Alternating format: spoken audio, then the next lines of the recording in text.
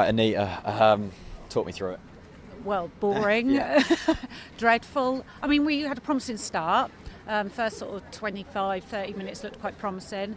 But as soon as they scored, it just seemed that we just seemed to collapse. We just were static on the park. No one seemed to be moving. Confidence dipped. And there just seemed to be no plan B. What did you make of that first 30 minutes? Because it was dominant, wasn't it? Matty Jarvis was really good down the left. We didn't really create too much, but we never looked like conceding either. That's happened a lot this season. We've dominated large spells of game, but we just haven't seemed to be scoring. What would you do if you were Alex Neil going into that changing room tonight? What would you be saying?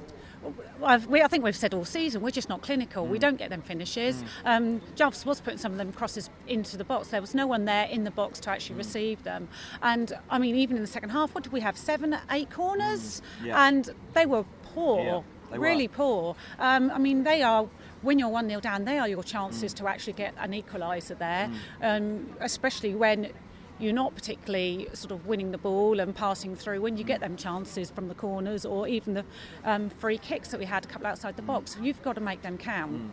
I mean, I think I saw a stat going into about the 70th minute. We hadn't had a shot for over 60 minutes at one point. Is it just a case of just putting your foot through it at points? Well, I think Russell Martin did that, and then we all booed him, didn't we? So it's a lose. Yeah, so you know, what can you do? We've just got, you know, I'm at a loss really. Yeah. We changed the defence. Yeah. We still leaked a goal. Yeah. They scored one in the last 3 games. Joint worst goal scoring record in the season. I don't know whose fault it was. The song wasn't strong enough. Was it still a Russell Martin fault? I don't know. I think Russell Martin was non-existent down the right. It was McLean who whipped the ball in, and it was just.